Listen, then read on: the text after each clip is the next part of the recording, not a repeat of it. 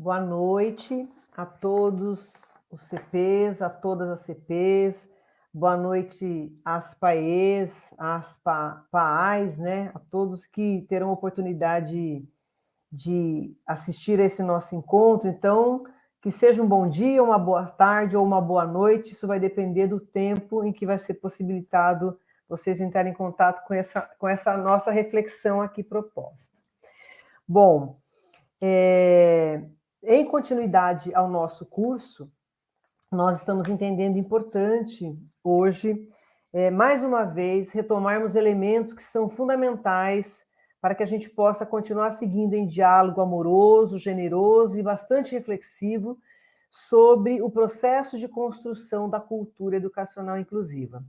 Nós estamos aqui nos amparando, né, na pedagogia histórico-crítica de Demerval Saviani, na psicologia histórico-cultural de Vygotsky, e juntos estamos buscando pensar o nosso processo histórico para que a gente possa compreender por que é que ainda nós estamos, nesses tempos atuais, afirmando o direito à educação aos estudantes com deficiência, se sabemos que a escola é para todos e todas indistintamente. Então, ao longo desses nossos encontros, nós estamos dialogando sobre alguns pressupostos que são fundamentais serem retomados e, fazendo sentido, nós esperamos que eles possam também ir ao coletivo das escolas para que os professores e as professoras, que são fundantes, né, fundamentais, são estruturantes, peças fundamentais ao processo inclusivo dos estudantes com e sem deficiência, para que eles também possam se sentir parte desse diálogo. Então, nós vamos começar a nossa reflexão quando nós entendemos que toda criança, quando ela nasce, seja lá onde ela for, né, seja em que território for, nós sabemos que todas as crianças, quando olhamos para ela, nós já pressupomos, né, as suas condições para aprender, né, e para se realizar plenamente como humano, né? Tanto é assim que nós sabemos que todas as crianças, elas aprendem a olhar o mundo, aprendem a ouvir, a reagir ao que acontece ao seu entorno.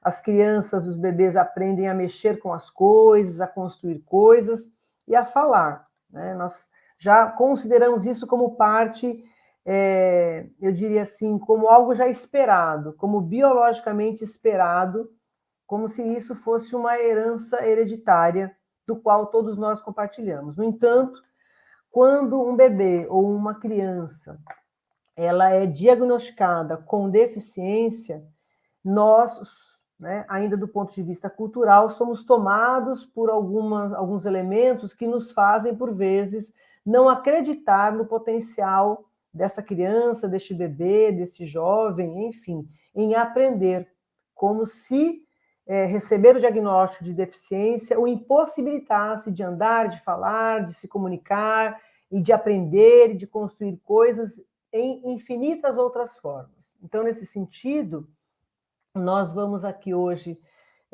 dar destaque para alguns elementos que foram e estão sendo fundamentais nesse nosso encontro, né? Nesse nosso processo formativo.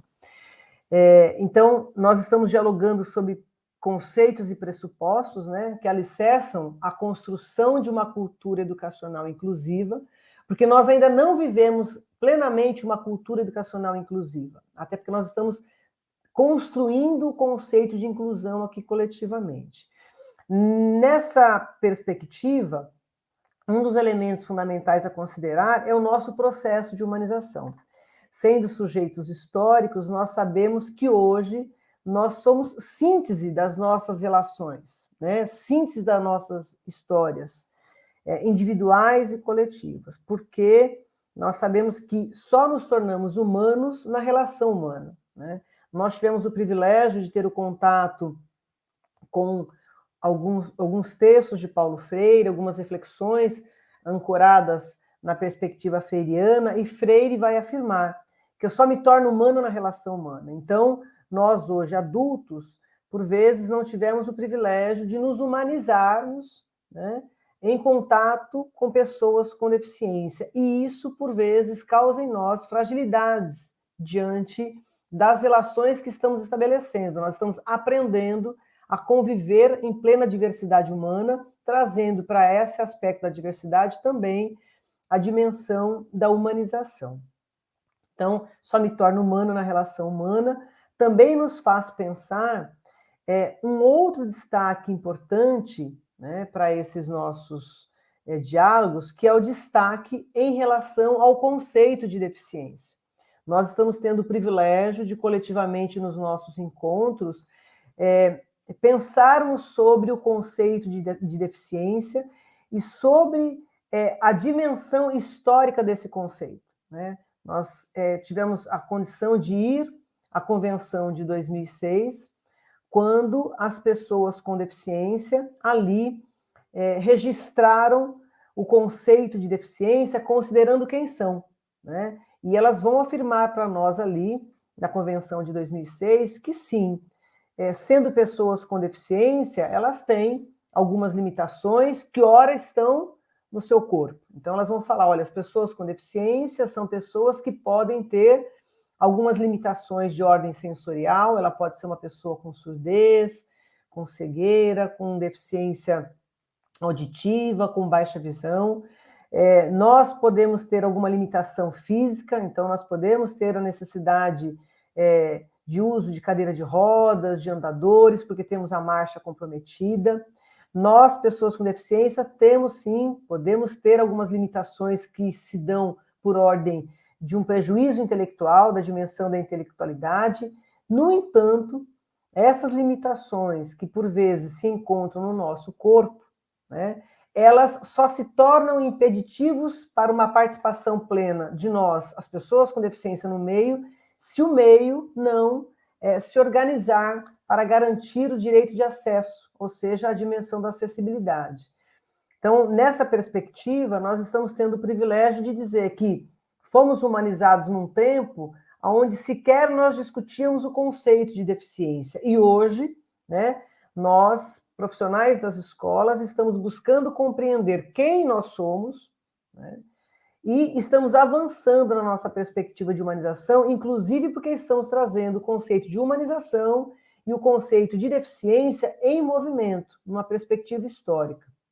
Nesse sentido, nós estamos também afirmando em nós que, em movimento, em processo de humanização, nós estamos compreendendo que a deficiência não é algo limitador que está somente na pessoa que se identifica ou que está diagnosticada com alguma deficiência, mas os aspectos limitadores estão postos porque nós, nesse nosso tempo de humanização, ainda não criamos estratégias para uma sociedade que possa, de fato, equiparar todas as oportunidades para que as pessoas com e sem deficiência possam estar onde elas queiram estar, né? Nós temos poucos espaços adaptados, acessibilizados para as pessoas com deficiência. Algo a se perceber de maneira bastante rápida é quando nós pensamos no transporte público. O que impossibilita uma pessoa com deficiência sair do seu bairro, da sua rua e chegar até os grandes centros? O transporte público, né? As calçadas.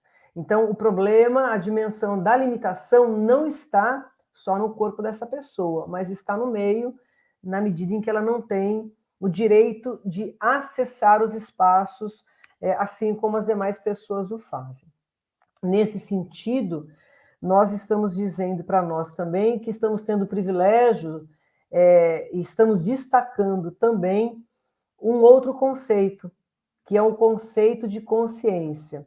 E o destaque ao conceito de consciência, vejam que está num movimento de... está numa dimensão de movimentação, né? Nós estamos falando de humanização. Nesse processo de humanização, nós vamos para um próximo conceito, que é de deficiência. Então, nós estamos nos humanizando, estamos ampliando as nossas percepções sobre a dimensão da pessoa com deficiência. E, neste movimento, nós entramos na perspectiva de pensarmos as nossas consciências, né? Nós podemos estar pautados desde a dimensão da consciência ingênua até a dimensão de níveis distintos para a consciência crítica. Por quê? Tivemos também o privilégio, durante os nossos encontros, de destacarmos o texto de Frei Beto. Quando Frei Beto nos presenteou com o seu texto Ivo Viu a Uva, nesse mesmo texto, Frei Beto vai dizer, olha, a cabeça pensa onde os pés pisam.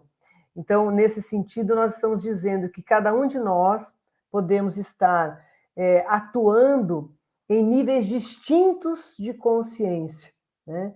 Justamente porque o próprio texto vai dizer para nós que, nos níveis distintos de consciência, nós compreendemos que temos saberes distintos. Por vezes, olhamos para uma mesma situação, problema, olhamos para o mesmo objeto, para uma mesma dimensão do cotidiano escolar, mas cada um de nós vai olhar para aquela situação, para aquele problema, para aquela pessoa numa determinada situação, mas podemos ter consciências distintas, níveis de consciências distintos.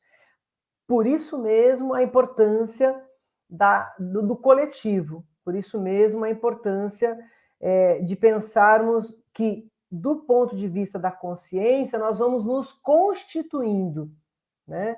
Então, eu gosto muito de pensar nessa perspectiva de que o próprio texto de Frei Beto, ele foi dizendo para todos nós, olha, não existem saberes que se sobrepõem, existem saberes que se compõem, se complementam nesse lugar que é a escola, que é um outro conceito, né, que merece destaque aqui nesse nosso encontro, porque nós estamos falando, então, que dentro da escola, dentro deste lugar que nos constitui, nós estamos buscando pensar o que é que realizamos cotidianamente para garantir, enquanto instituição escolar, o direito de aprendizagem dos estudantes, com e sem deficiência. Vejam que nos destaques, e é muito interessante pensar isso, nós estamos falando de elementos que vão se movimentando, né? Quando nós falamos de consciência e afirmamos que nós temos níveis de consciências distintos, quando estamos dentro da escola, nós estamos falando de um espaço que representa o conhecimento sistematizado. Então, se nós formos alguns autores da psicologia histórico-cultural, como, por exemplo, Maria Elisa Matosinhos Bernardes, ela vai definir escola, ela vai dizer, olha, a escola é a representante oficial do conhecimento sistematizado. Ou seja, a escola tem uma função social a cumprir enquanto instituição. Nós aprendemos em vários espaços, né? Nós nos encontramos nas praças, nós aprendemos nas igrejas, nas ruas, quando vamos às feiras, aos supermercados, quando estamos brincando nas nossas casas, enfim, nós aprendemos em todos os espaços. Porém, a escola é, segundo a psicologia histórico-cultural e a pedagogia histórico-crítica, a instituição que representa o conhecimento sistematizado. E sendo esta instituição que representa o conhecimento sistematizado, necessariamente ela é um espaço de coletividade, que é um outro pressuposto que sustenta essa nossa cultura educacional inclusiva. Ou seja, é um destaque, é um conceito de coletivo que não deixa de considerar o sujeito individual na sua unicidade, porém buscando movimentar o pensamento para que esse sujeito, na unicidade, ele se entenda também como coletivo. Então, nessa perspectiva, nós estamos falando aqui que a humanização, que a consciência, que a escola, né, são elementos que vão se constituindo e vão configurando a um coletivo um exercício que é um exercício colaborativo. Né? Quando nós pensamos hoje aqui que políticas públicas, né, por exemplo, quando nós pensamos sobre a educação especial que transversaliza as demais modalidades, nós estamos falando de uma política pública que vem se transformando, né? Quem tem contato com a política pública do atendimento educacional especializado desde 2007 entende que Não dá para se prescrever uma política pública e que se finda em si mesmo, mas se estabelece uma política pública a nível federal e em nível estadual e municipal, ela vai se constituindo nesse processo histórico, nesse processo aonde a escola e os seus sujeitos vão cada vez mais elevando os seus níveis de consciência e vão se percebendo coletivamente na tentativa de pensar uma política que pode favorecer a todos, sejam os estudantes com ou sem deficiência, porque é uma política também que vai na direção de fortalecer os coletivos das escolas, porque na política do atendimento educacional especializado existe a dimensão de uma política que fala da formação dos professores e professoras. E nesse sentido, o próprio AEE, como política pública local, ele vem se constituindo, se movimentando e vai tomando uma outra dimensão na sua constituição histórica, e nós chegamos hoje, né, em 2021, dizendo para nós mesmos que nós estamos buscando pensar coletivamente um exercício colaborativo, ou seja, eu, professora, né, eu, PAEE, professora do atendimento educacional especializado, tenho, né, uma função social a cumprir a partir do lugar que eu ocupo como profissional da educação especial, né? Mas o que me alicerça é um saber pedagógico, que minha formação é como professora. Eu, ampliando as minhas percepções sobre o atendimento educacional especializado, eu vou ao encontro de colegas, né, que, assim como eu, são professores, são professoras, e juntos nós vamos pensar na ação educativa. Ou seja, o saber do PAEE vai se alinhar ao saber do professor da sala regular, que vai se alinhar ao saber e às percepções do coordenador pedagógico, e juntos, né, essa tríade, professor do AEE, professor da sala regular, coordenador, vão problematizar e vão juntos pensar uma ação pedagógica que seja favorecedora da aprendizagem dos estudantes com e sem deficiência, porque muito daquilo que nós vamos constituindo e realizando enquanto experiência educativa, que favorece a aprendizagem do estudante com deficiência, também, por vezes, é muito favorável também à aprendizagem dos estudantes que não têm deficiência, que mostram que tem outros modos de aprender. Essa dimensão da coletividade, essa dimensão do exercício colaborativo, coloca para nós um desafio grande, porque nós estamos falando de uma escola que viveu um tempo, uma escola que é constituída por sujeitos que somos nós hoje, né, os adultos dessa escola, sejamos professores, professoras da sala regular ou da sala de recursos, CPs, direção, enfim, dos gestores, desculpem. Então, quando falamos de todos os adultos, né, os profissionais que compõem esse coletivo escolar, nós não podemos deixar de considerar que existem, sim, desafios a serem problematizados. Existe uma necessidade latente de um diálogo amoroso que considere os nossos desafios, por vezes, em afirmarmos o que não sabemos. Há um desafio em nos perguntar sobre outros modos de ensinar, já que nós entendemos que existem outras formas de aprender. Então, se nós somos humanizados, né, de alguma forma, não nos autorizando a percepção de uma escola que deveria tratar educativamente as diversidades, hoje nós estamos nessa escola dizendo, precisamos sim, ao tratar da diversidade, né, ao tratar educativamente os modos de ensinar e de aprender, eu, professor, seja eu da sala regular ou da sala do AEE, eu tenho o direito de dúvida, eu tenho o direito de fala, e nesse diálogo amoroso nós vamos coletivamente buscando pensar como é que vamos construir um processo colaborativo, quando nenhum dos saberes, nem o meu da sala de recurso multifuncional e nem o do professor da sala comum, esses saberes não vão se sobrepor, mas são saberes que vão se complementar, como o próprio Paulo Freire colocou em toda a sua obra, né? Nós vivemos numa trama social e nela todos têm saberes, e os saberes se complementam. Por isso, a importância dessa dinâmica coletiva, essa dinâmica na coletividade.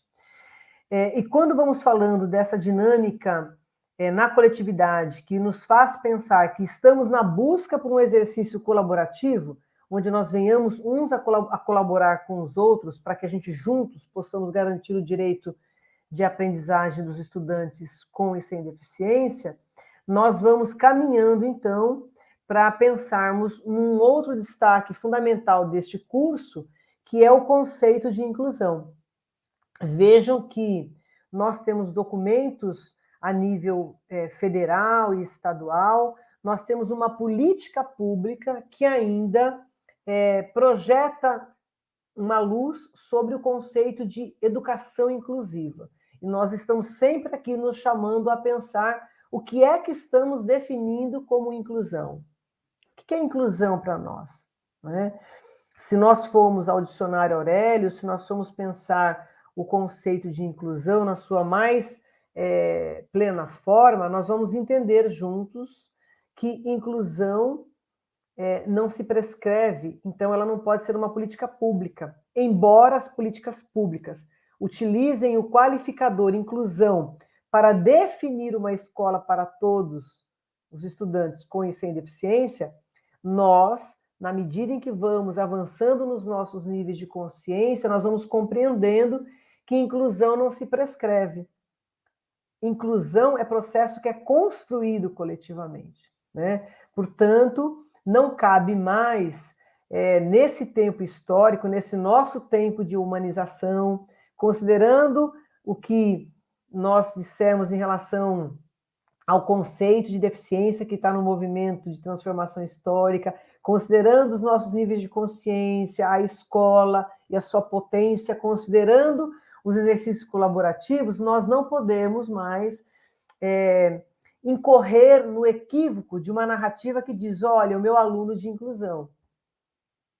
Não existem alunos de inclusão, não existem estudantes de inclusão. Existem estudantes, e existem estudantes com e sem deficiência. Mas, essencialmente, existem estudantes. Se eles serão incluídos, isso vai depender do coletivo, do exercício colaborativo que é realizado coletivamente. E eu vou colocar aqui mais uma dimensão para o pensamento, né? Um exercício colaborativo que é realizado e construído não só pelos profissionais adultos, mas um exercício colaborativo que é construído com os estudantes, entre estudantes. E isso vai nos fazendo considerar muitas perguntas para nós coletivamente, né? Que alunos queremos formar? É uma das perguntas. Que estudantes queremos formar? Para que tipo de sociedade nós estamos formando esses nossos estudantes? Se os estudantes hoje têm o privilégio de, no seu processo de humanização, e aí nós voltamos de novo lá para os conceitos, né? Se os estudantes hoje estão tendo o privilégio de se humanizar numa perspectiva diferente da nossa, porque eles estão tendo o privilégio do contato com outros estudantes, os que têm deficiência. Então, eles estão vivendo um processo de humanização diferente do nosso. Os estudantes de hoje estão tendo o privilégio, sejam eles bebês, as crianças, os jovens ou os adultos, eles estão tendo o privilégio de, nessa relação de cotidiano escolar, estarem com colegas, com e sem deficiência. Então, isso já pressupõe que eles, no seu processo de humanização, conceberão, historicamente, um outro patamar de deficiência. Então, o conceito de deficiência também vai se transformar ao longo do processo de humanização destes outros estudantes. Porque os níveis de consciência desses outros estudantes que não têm deficiência, ele também vai se ampliando, ele vai se tornando crítico, ele vai percebendo que o seu colega que tem deficiência também é capaz. Além de ser sujeito de direito, ele é capaz de realizar, ele é capaz de brincar, ele é capaz de registrar, ele é capaz de se comunicar, ele é capaz de se locomover de outras formas, né? Então, essa escola, né, que se constitui hoje numa tentativa de exercitar coletivamente os seus saberes para avançarmos o conceito de inclusão, é uma escola que se propõe, e aí eu vou pedir para destacar de novo, o elemento cultura. É uma escola que está se transformando e está inferindo na cultura que está estabelecida. Porque ela não é determinada que seja assim, não é determinante, como Paulo Freire diz, não é?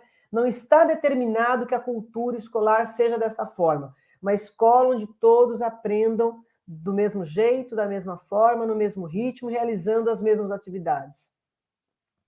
Então, nós estamos falando aqui que, no movimento dos pressupostos, nós vamos entendendo que a inclusão, ou seja, pertencer, ser compreendido, fazer parte, estar com e junto ao outro, vai promover um processo de humanização nos outros estudantes, de modo que inclusão passa a ser não qualificador para a entrada ou acesso ao direito das pessoas com deficiência, mas inclusão é uma ação coletiva onde todos os sujeitos, no encontro amoroso, no encontro generoso, se perguntam como é que nós podemos ensinar e aprender juntos.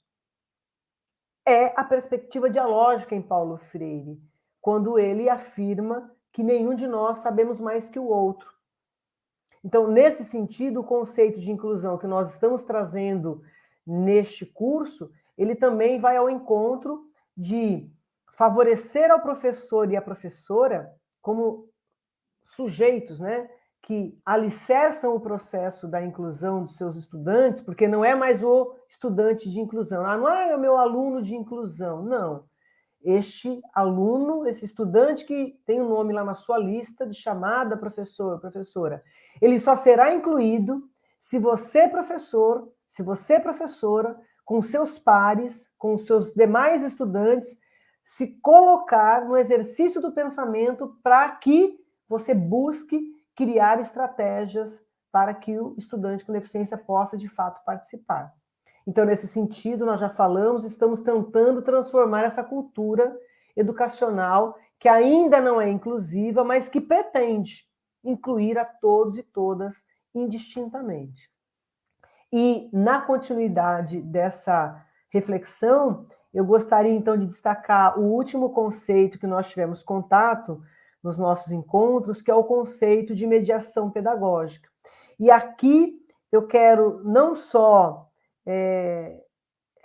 saudar ao professor e à professora, mas afirmar na figura do professor e da professora que, para incluir, para transformar cultura, para se realizar um exercício colaborativo, para se cumprir a função social da escola, nós estamos voltando em todos os conceitos, para se elevar níveis de consciência, transformar o conceito de deficiência historicamente e nos humanizarmos numa perspectiva diversa e plena, é só pelo papel, é só pela função social do professor e da professora, que entende que, ao utilizar a sua sala de aula, ele tem ali um palco de luta de classes, um palco de luta onde ele disputa o destino de estudantes com e sem deficiência, porque o professor, ele não é tarefeiro e ele tem uma dimensão política e pedagógica quando ele realiza mediação pedagógica diariamente, considerando dois elementos, que é a mediação pedagógica na perspectiva crítica, ou seja, eu professor, eu professora, avalio, analiso os problemas os quais eu terei contato diariamente em relação aos modos de ensinar e de aprender, considerando as vulnerabilidades sociais, considerando inúmeras dimensões dos desafios que surgem dentro da escola e, sobretudo, eu, professor, diante dessa análise dos problemas, que é a dimensão crítica, eu crio possibilidades de, se não superar os problemas, mas de minimizar os impactos, ou seja, mediação pedagógica numa perspectiva crítica e criadora, porque nós, professores e professoras, somos sujeitos de pensamento, de intelectualidade, de posição no mundo. E, coletivamente, nós estamos conseguindo avançar, porque nós estamos nos fazendo pergunta, nós estamos nos movimentando em torno da tentativa, né, de garantir o direito à aprendizagem de todos os estudantes, sejam eles com ou sem deficiência, porque nós estamos ali nesse nosso coletivo diário de sala de aula, atendendo a estudantes que são diversos, né? Então, a diversidade ali, enquanto elemento que faz parte do humano, ele está ali em movimento, independente de termos ou não estudantes com deficiência na nossa sala de aula. A dimensão da diversidade humana ali se apresenta e nós estamos mais conscientes de que estamos realizando a busca por uma mediação pedagógica crítica e criadora, porque nós estamos tentando avançar nos nossos modos de analisar, de pensar o cotidiano, de pensar as nossas ações, para que a gente possa seguir cumprindo com a função social da escola, que é garantir o direito aos estudantes à aprendizagem. Então, nesse sentido, até para que a gente não se arraste tanto, eu tenho aqui, de alguma forma, junto a todos vocês, CPs, PAEs e quem mais está conosco dialogando, né, tenho tido o privilégio de me fortalecer na certeza de que a escola é este lugar de fomento do pensamento, né? Paulo Freire foi bastante generoso conosco, ele diz, olha, nós não somos ontem, não somos hoje quem éramos ontem, nem tampouco somos hoje quem seremos amanhã, porque ele, inclusive, vai nos autorizando a inquietações, vai nos autorizando a dúvidas, e diante das inquietações e das dúvidas, diante daquilo que parece a certeza, sempre em nós surge a possibilidade de um diálogo amoroso, um diálogo reflexivo, e nesse sentido, nós estamos aqui, nesses nossos encontros, nos oferecendo uma escuta, que é uma escuta atenciosa e problematizadora. Então, eu gostaria até de propor que a gente fosse se encaminhando para finalizar esse breve momento aqui de conversa entre nós, para que nós pudéssemos nos fortalecer como professores e como professoras que somos, como CPs que somos, PAEs, PAAs, equipe escolar, para que nós possamos nos fortalecer no sentido de que nós estamos nos humanizando e buscando em nós uma outra possibilidade de referendar essa escola, que é uma escola que, cumprindo a sua função social, ela pode sim libertar o filho do trabalhador e da trabalhadora desse país, porque é só a partir do conhecimento, só a partir de uma consciência crítica é que nós poderemos formar, né, estudantes com e sem deficiência para que eles estranhem a sociedade na qual eles estão se humanizando. Então, nós precisamos nos fortalecer, nós professores e professoras progressistas, de que essa nossa sala de aula é o nosso palco de luta diária, e uma luta amorosa, generosa, reflexiva, política, porque nós estamos, sim, disputando o destino de estudantes, né?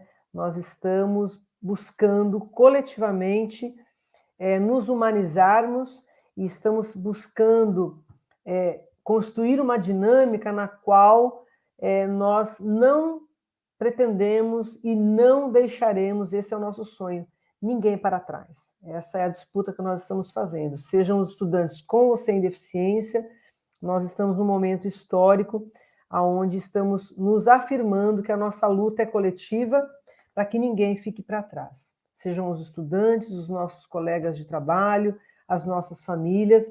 Então, nós estamos lidando com essa dimensão da nobreza e do desafio da escola pública, né? Que é se reafirmar enquanto espaço coletivo, espaço libertador do humano pelo próprio humano. Então, eu queria aqui apresentar para vocês, só para finalizar essa conversa, uma reflexão que está no próximo PPT, uma reflexão que vai nos acalentando diante das dúvidas, diante das inquietações, quando a gente afirma que a educação especial, na transversalidade às demais modalidades de ensino, olha, nós estamos falando de uma educação né, de uma modalidade que não se sobrepõe, mas a educação especial, ela transversaliza as demais. Então, a educação especial, na transversalidade às demais modalidades de ensino, ela pretende atingir a todos pela construção de políticas de suporte que favoreçam a aprendizagem dos estudantes, com e sem deficiência, promovendo o envolvimento da comunidade local com as questões relativas à escola. Esses pressupostos garantem a escola inclusiva, ou seja, essa escola que é por todos e para todos, né? Não é para o estudante com deficiência, mas é de todos e para todos. Então, esses pressupostos, eles garantem à escola inclusiva uma dinâmica na qual a ação educativa é constantemente questionada, pesquisada, debatida e, sobretudo, aprofundada coletivamente. Então, eu gostaria de encerrar esse nosso rápido encontro desejando que nós possamos seguir firmes, né, na convicção de que a escola pública, e que nós, sendo os profissionais dessa escola pública, somos estruturantes na construção de uma escola que possa favorecer a todos e todas indistintamente. Então, nesse sentido, fica aqui meu agradecimento a todos e todas que estão nos ouvindo. Nós em breve nos encontraremos e nós seguimos juntos, juntas, a partir dos textos, dos vídeos, das reflexões e, sobretudo, a partir daquilo que disputamos, né? Nós seguiremos juntos, seguiremos juntas disputando o destino e o direito dos estudantes à aprendizagem. Então, eu quero agradecer e encerrar esse nosso encontro, deixando o meu e-mail, né, professora.sandrapaula@gmail.com, e caso queiram textos, caso vocês queiram entrar em contato, só mandar um e-mail e eu me comunico com todos vocês. Então, gratidão, sigamos em esperança de dias melhores, eles virão e eu acredito nisso. Juntos, juntas, nós podemos superar esse momento histórico e poderemos comemorar em breve dias melhores. Um abraço para todas e para todos, e a gente está à disposição sempre. Obrigada.